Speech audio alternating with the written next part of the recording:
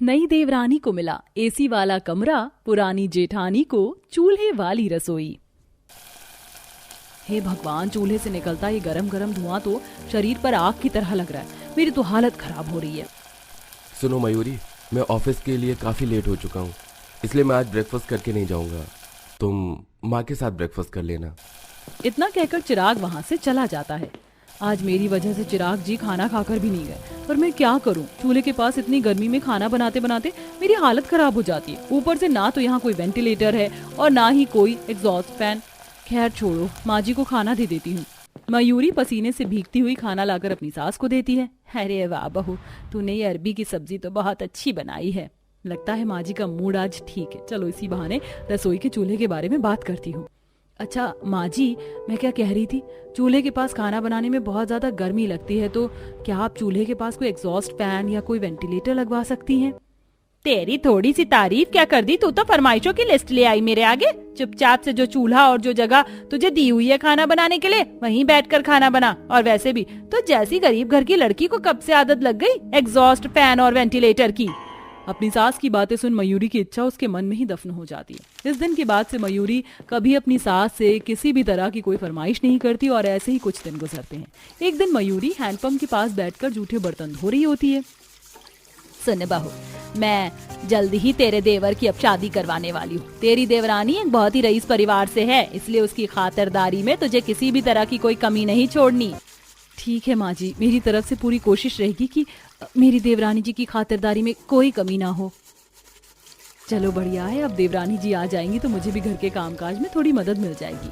अब देवरानी के आने की खुशी में मयूरी खुद सारे घर की साफ सफाई सजावट अकेले ही करती है। कुछ दिनों बाद मयूरी की देवरानी शादी करके घर आती है। आओ, घर के अंदर आओ। देवरानी जी के पहनावे से तो लगता है कि सच में देवरानी जी एक बहुत ही रईस परिवार से हैं। अगले दिन सुबह, देवरानी जी उठ गई आप? चलिए रसोई में चलकर अपनी पहली रसोई की रस्म कर लीजिए। क्या पहली रसोई की रस्म? तुम्हें लगता है कि मुझ जैसी रईस लड़की रसोई में जाकर खाना बनाएगी? मैं सासू माँ के साथ शॉपिंग जा रही हूँ। खाना जेठानी जी आप खुद बना लो। माँ जी चलिए शॉपिंग पर चलते हैं। वाह, लगता है मेरे पैसे वाली बहू मुझे अच्छी अच्छी शॉपिंग करवाएगी। हाँ बहू, हम शॉपिंग पर जा रहे हैं, तू हम सबका खाना बना लियो। ठीक है माँ जी। अब कड़ी गर्मी में बैठकर मयूरी चूल्हे पर सबके लिए खाना बनाती है। कुछ देर बाद जिज्ञासा और ललिता शॉपिंग करके घर लौटती हैं। माँ जी, बाहर से शॉपिंग करके आने के बाद घर में तो बहुत ज्यादा गर्मी लग रही है। मुझसे ये गर्मी बर्दाश्त नहीं हो रही है। माँ जी कुछ कीजिए ना। मेरी बहू को गर्मी लग रही है? अब जब मेरी बहू ने मुझको इतनी महंगी महंगी शॉपिंग, सोने के हार, महंगी महंगी साड़ियाँ दिलवाई हैं, तो मैं अपनी रईस बहू को ऐसे परेशान नहीं देख सकती। बहू तो मेरे साथ आ। ललिता अपनी रईस बहू को लेकर एसी के कमरे में आती है। आज से ये एसी वाला कमरा बहू मैं तुझे दे रही हूँ। वैसे तो ये कमरा मैंने अपने लिए रखा था कि अगर कभी गर्मी का तापमान बढ़ा और मेरी तबीयत खराब हुई तो मैं इस कमरे में रहूंगी, पर आज से ये एसी वाला कमरा मैं तुझे देती हूँ। दूर खड़ी मयूरी ये सारा नजारा देखकर, मैं इतने समय से चूल्हे पर खाना बना रही हूँ, फिर भी माँ जी ने मेरे बारे में एक बार नहीं सोचा और ना ही कभी माँ जी ने मुझे इस एसी वाले कमरे के बारे में कुछ बताया। लेकिन आज माँ जी ने बिना कुछ सोचे समझे नई देवरानी को ये एसी वाला कमरा दे दिया। माँ जी, यू आर सो स्वीट, आप बहुत अच्छी हैं। मयूरी को ये सब देखकर बहुत बुरा लगता है, पर वह कुछ नहीं कहती। तभी एक दिन चूल्हे में खाना बनाकर तो गर्मी से मेरी हालत खराब हो गई। थोड़ी देर देवरानी जी के एसी वाले कमरे में बैठ जाती हूँ। अब मयूरी पसीने से भीगती हुई एसी की ठंडी ठंडी हवा खाने देवरानी के कमरे में आती है कि तभी पीछे जिज्ञासा कमरे में आकर रिमोट से एसी को बंद करते हुए, जेठानी जी, आपकी हिम्मत कैसे हुई मेरे कमरे की एसी चलाने की? ये एसी वाला कमरा माँ जी ने मुझे दिया है, आपको नहीं। हाँ देवरानी जी, पता है, मैं तो बस थोड़ी देर ठंडी हवा खाने को आई थी। कोई जरूरत नहीं है मेरे कमरे की एसी में बैठकर ठंडी हवा खाने की। अगर इतनी ठंडी हवा खानी है तो जेठ जी को बोलिए वो आपके कमरे में एसी लगवाए। बाकी मेरे कमरे में बैठकर एसी का बिल बढ़ाने की जरूरत नहीं है, जाइए यहाँ से। ऐसे ही कुछ दिन गुजरते हैं और एक दिन मयूरी की तबीयत थोड़ी खराब हो जाती है, लेकिन वह फिर भी चूल्हे पर खाना बना रही होती है। मेरी तबीयत कुछ ठीक नहीं लग रही है। खाना तो बन गया है चूल्हे पर, चाहती हूँ थोड़ा आराम कर लेती हूँ। मयूरी गर्मी से परेशान होकर अपने कमरे की तरफ जा ही रही होती है, जहाँ जिज्ञासा के कमरे की एसी चल रही होती है और उसका दरवाजा खुला हुआ होता है। देवरानी जी के कमरे से कितनी ठंडी ठंडी हवा आ रही है। थोड़ी देर यहीं खड़ी हो जाती हूँ। गर्मी से परेशान मयूरी दरवाजे पर खड़ी एसी की ठंडी हवा खा रही होती है कि तभी जिज्ञासा दरवाजे को बंद करते हुए, क्या है जेठानी जी, जब से माँ जी ने मुझे ये एसी वाला कमरा दिया है तब से तो आप मेरे एसी के कमरे के इर्द गिर्द ही घूमती रहती हैं। अब आप मेहरबानी करके मेरे कमरे के दरवाजे से हटिए, एसी की हवा बाहर जा रही है इसलिए मुझे रूम बंद करना है। अपनी देवरानी की बातें सुनकर मयूरी को बहुत बुरा लगता है। तभी अगले दिन रात में मयूरी अपने पति से कहती है, सुनिए जी, मैं जानती हूँ मैं इस घर की पुरानी बहू हूँ, पर इसका मतलब ये तो नहीं कि मैं गर्मी में सड़ती मरती रहूं। मैंने माँ जी से एक बार बस चूल्हे के पास एग्जॉस्ट फैन लगाने को कहा था, तब माँ जी ने मेरी गरीबी का मजाक बनाकर मुझे चुप करवा दिया था। वहीं कल की आई नई देवरानी को माँ जी ने सीधा एसी वाला कमरा दे दिया। अब मुझे कुछ नहीं सुनना, एसी ना सही कम से कम मुझे एक कूलर तो लाकर दीजिए ही आप। कहाँ से लाकर दूं कूलर मयूरी? तुम जानती तो हो मेरी तनख्वाह कितनी कम है। अक्षत विदेश में पैसा कमाता है, और तो और जिज्ञासा का परिवार भी बहुत अमीर है। उसके लिए ये सब करना आसान है, पर मुझे कुछ भी करने से पहले 100 बार सोचना होता है। सही कहा आपने, मैं खामखा ही जिद कर रही हूँ। कोई बात नहीं, मेरे लिए मेरे चूल्हे की रसोई ही बहुत है। इसी तरह एक दिन मयूरी चूल्हे के धुएं में खाना बनाते हुए परेशान होकर, देवरानी जी, चूल्हे के धुएं से मेरी आंखों में बहुत तेज जलन मच रही है, जरा आज आप मेरी खाना बनाने में मदद करवा देंगी? मैं क्यों मदद करवाऊं जेठानी जी आपकी, और वैसे भी ये चूल्हे वाली रसोई माँ जी ने आपको दी है और मुझे तो माँ जी ने एसी वाला कमरा दिया है। मैं तो जा रही हूँ एसी की ठंडी ठंडी हवा खाने। अरे छोटी बहू, तू यहाँ चूल्हे के पास क्यों खड़ी है? मैंने तुझे एसी वाला कमरा दिया है ना, जा एसी वाले कमरे में जाकर बैठ, यहाँ चूल्हे के पास तेरी स्किन खराब हो जाएगी। सुन लिया जेठानी जी आपने माँ जी की बातें? सुन लिया। अब इसी तरह मयूरी हमेशा चूल्हे पर खाना बनाकर पूरे परिवार को खिलाती, वहीं उसकी देवरानी सारा दिन एसी वाले कमरे में बैठी रहती। तभी एक दिन लगातार एसी चलने की वजह से एसी में शॉर्ट सर्किट हो जाता है और जिज्ञासा गर्मी में बौखलाने लगती है। माँ जी कुछ कीजिए, मुझे गर्मी से बहुत बेचैनी हो रही है, मुझे ठंडक चाहिए, मुझसे अब ये गर्मी एक सेकंड भी बर्दाश्त नहीं हो रही। बड़ी बहू कुछ कर, देख तेरी देवरानी कैसे कर रही है। अब मयूरी फोन करके एक एसी सर्विस वाले को बुलाती है। जी, आप इस एसी की सर्विस नहीं हो सकती क्योंकि ये एसी पूरी तरीके से फूक चुका है। अब एसी वाला भी इतना कहकर वहां से चला जाता है। वहीं जिज्ञासा की हालत अब खराब सी होती जा रही थी गर्मी से। तभी मयूरी अपने कमरे में आकर एक छोटे से संदूक को खोलती है जिसमें बहुत सारे पैसे होते हैं। ये पैसे मैं अपने होने वाले बच्चों के भविष्य के लिए जोड़ रही थी, लेकिन अभी मेरी देवरानी जी की कंडीशन बहुत खराब है, इसलिए मुझे जल्द से जल्द उनके लिए एक एसी लाना होगा। अब मयूरी अपनी कई सालों की सेविंग से अपनी देवरानी के कमरे में एसी लगवाती है और अपने हाथों से उसे ठंडे ठंडे फ्रूट्स काट के खिलाती है। देवरानी जी, अब एसी की ठंडी हवा खाकर आप कैसा महसूस कर रही हो? जेठानी जी, मैं तो अब ठीक महसूस कर रही हूँ, पर समझ नहीं आ रहा है कि आपका तहे दिल से शुक्रिया कैसे करूँ। जिस जेठानी को मैंने हमेशा चूल्हे की आग में झोंके रखा, आज उसी जेठानी ने मेरे लिए इतना सब कुछ किया। जेठानी जी मुझे माफ कर दीजिए, मैं आपके प्यार को कभी समझ ही नहीं पाई। नहीं जिज्ञासा, तुम मुझसे माफी मत मांगो, तुम मेरी देवरानी हो, मेरी छोटी बहन की तरह, और अपनी छोटी बहन की देखभाल करना बड़ी बहन का फर्ज होता है। बहू, तूने अपनी देवरानी को तो माफ कर दिया, पर क्या अपनी सास को माफ करेगी जिसने दोनों बहू में जमीन आसमान की तरह भेदभाव किया? नहीं माँ जी, ऐसा मत कहिए, आप तो मेरी माँ हैं, और क्या बच्चे अपनी माँ से माफी मंगवाते हैं? इस दिन के बाद से ललिता दोनों ही बहू के कमरे में एसी लगवाती है और साथ ही साथ रसोई में चूल्हे को हटाकर रसोई में ऑटोमेटिक चूल्हा और एसी लगवाती है, जिसके बाद दोनों ही देवरानी जेठानी मिलकर खाना बनाती हैं और खुशहाल जिंदगी व्यतीत करने लगती हैं। कितनी गर्मी हो रही है, और ऊपर से मेरी ससुराल में कोई कूलर या एसी भी नहीं है। इस ज्वेलरी से भी मुझे बड़ी उलझन हो रही है। मजा आ गया, ऐसा लगा जैसे गर्दन से 5 किलो वजन को कम किया हो। वैसे मेरे ससुराल वालों को मानना पड़ेगा, बड़ी महंगी ज्वेलरी और भारी शादी का जोड़ा दिया है मुझे। इसकी तो कढ़ाई भी पुरानी और खानदानी लग रही है। धानी ऐसे ही अपने शादी के जोड़े और ज्वेलरी को देखने लगी। सारा सामान देखने से बहुत ही ज्यादा हैवी लग रहा था। धानी एक गरीब परिवार की पढ़ी लिखी लड़की थी, जिसकी शादी एक बहुत ही अमीर और पुश्तैनी खानदान में हुई थी। अभी धानी कमरे में बैठी हुई अपनी ज्वेलरी ही उतार रही थी कि तभी कमरे में उसकी जेठानी आई। मैं अंदर आ जाऊं? अरे भाभी, आप आइए ना, ऐसे पूछ क्यों रही हैं? अरे धानी, तुम तो नई नवेली बहू हो, ये सारे जेवर क्यों उतार बैठी हो? भाभी, बहुत उलझन आ रही थी मुझे इन सब से, तो बस मैंने उतार दिए। नहीं धानी, उलझन आए या चाहे जो हो, ये सब चीजें तुम्हें पहननी ही पड़ेंगी, क्योंकि ये हमारे घर के रिवाज में शामिल है। अब ये सारी ज्वेलरी तुम दोबारा से पहन लो, क्योंकि अगर माँ जी ने तुम्हें ऐसे फीका सा बैठा हुआ देख लिया ना, तो फिर वो गुस्सा करेंगी। तुलसी की बात सुनकर बेचारी धानी ने सारी उतारी हुई ज्वेलरी को वापस से पहन लिया। हाँ, अभी लग रही हो तुम हमारे घर की बहू। अब जब तक रात ना हो जाए ये ज्वेलरी उतारना नहीं। और देखो, मैं यहाँ तुम्हें कल के कपड़े देने को आई थी, कल इन्हीं कपड़ों को और जेवरों को पहनकर तैयार हो जाना। तुलसी ने ऐसे बोलकर एक थाल को धानी के कमरे में रख दिया। थाल के अंदर जेवर और कपड़े थे, लेकिन धानी ने उन्हें उठकर देखा भी नहीं, क्योंकि वो अपने भारी भरकम कपड़ों और जेवरों से थक चुकी थी। इसी तरह से एक दिन बीत गया और आज के दिन धानी वही कपड़े पहनकर तैयार हुई जो तुलसी रख कर गई थी।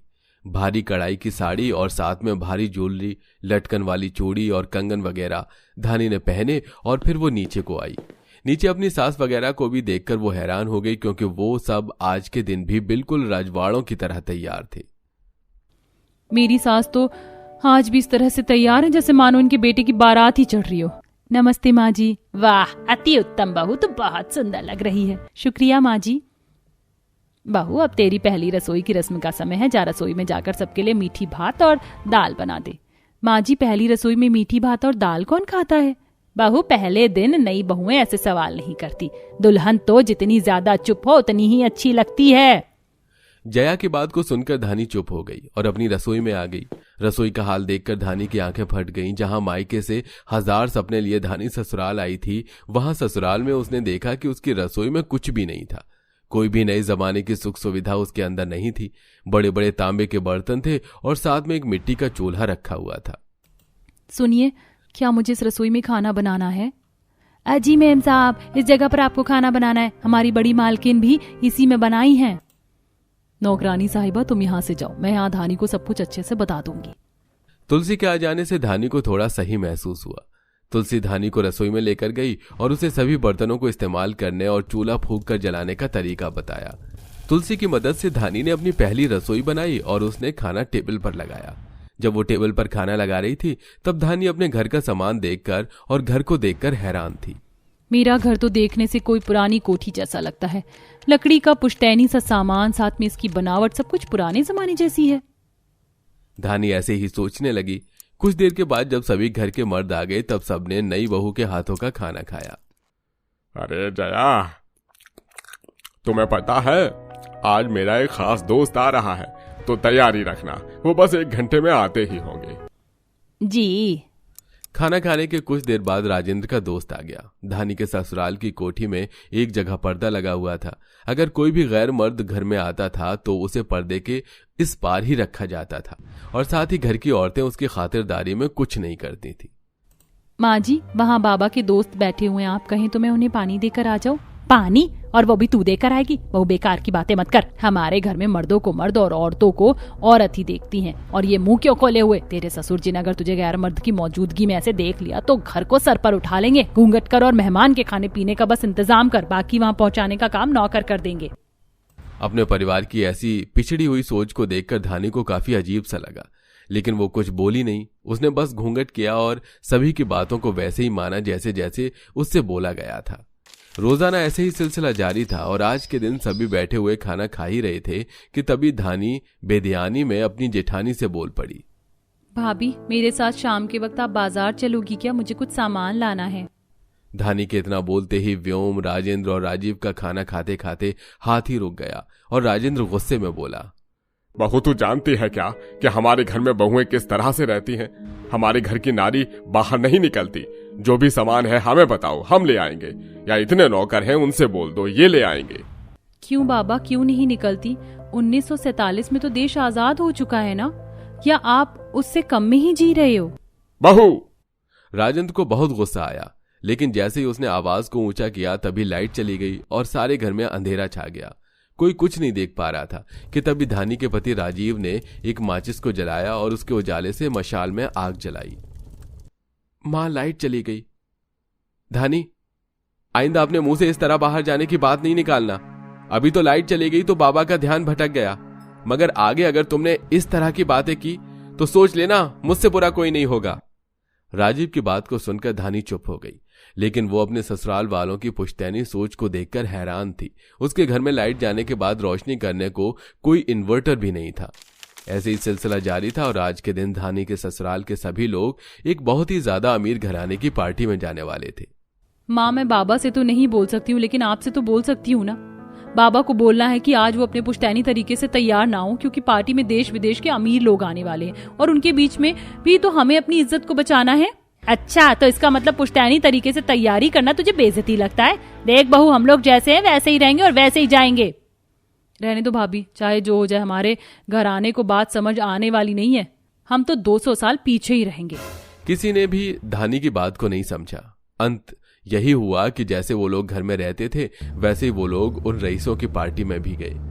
गर्मी का मौसम था, ऐसे में जहां पार्टी में सभी डिसेंट लोग थे वहीं पुश्तैनी परिवार अलग ही जुगनुओं की तरह चमकने लगा और लोग उनका मजाक बनाने लगे। ओहो, यहाँ कोई मेट वाला शो नहीं हो रहा है जो आप सभी ऐसे ड्रेसेस को कैरी करके आए हो। बहन, यहाँ सभी डिसेंट लोग हैं, तुम्हें जुगनू की तरह यहाँ आने की क्या जरूरत थी? सभी यहाँ पैसे वाले ही हैं, लेकिन ऐसे कौन शो ऑफ कर रहा है? सभी लोग ऐसे ही पुश्तैनी परिवार का मजाक बनाने लगे, जिसकी वजह से जया, राजेंद्र और परिवार के सभी सदस्यों की नजरें शर्म से झुकने लगी। अब उन्हें आज की दुनिया दिखाई दे रही थी। अभी वो सभी नजरें झुकाए हुए खड़े थे कि तभी उन सभी के फेवर में धानी बोली, क्या है आप सभी लोगों को हम सभी से क्या दिक्कत है? आप भी पार्टी में आए हो, हम भी पार्टी में ही आए हैं। आपने वेस्टर्न पहना है, हमने इंडियन, तो इसमें गलत क्या है? आप सभी की सोच छोटी है, हमारे कपड़ों में कोई खराबी नहीं है। धानी की बात को सुनकर पार्टी के सभी लोगों का मुंह बंद हो गया। वहीं धानी के ससुराल वाले भी ये देखकर हैरान थे कि धानी उनकी साइड ले रही थी। धानी की हाजिर जवाबी के बाद कोई भी कुछ नहीं बोला और पूरा परिवार वापस घर को लौटने लगा। जब वो सभी लौट रहे थे तब राजेंद्र धानी से बोला, माफ कर दे धानी बेटा, तू सही बोल रही थी, लेकिन हमने तेरी बात को नहीं माना और हमारी बेइज्जती हुई। लेकिन आज की घटना से तूने हमारी आंखें भी खोली और इज्जत को भी बचाया। पुश्तैनी होना सही है, लेकिन एक हद तक मैं ये जान गया हूं, आज से मैं तुम पर रोक टोक नहीं लगाऊंगा। जैसा वक्त है उसके साथ चलने दूंगा। राजेंद्र की बात को सुनकर धानी खुश हो गई और साथ ही तुलसी और अवनी को भी अपने जेल जैसे घर में आजादी मिली। अब पुश्तैनी परिवार भी नए तौर तरीके अपना रहा था और अब सब कुछ ठीक हो चुका था।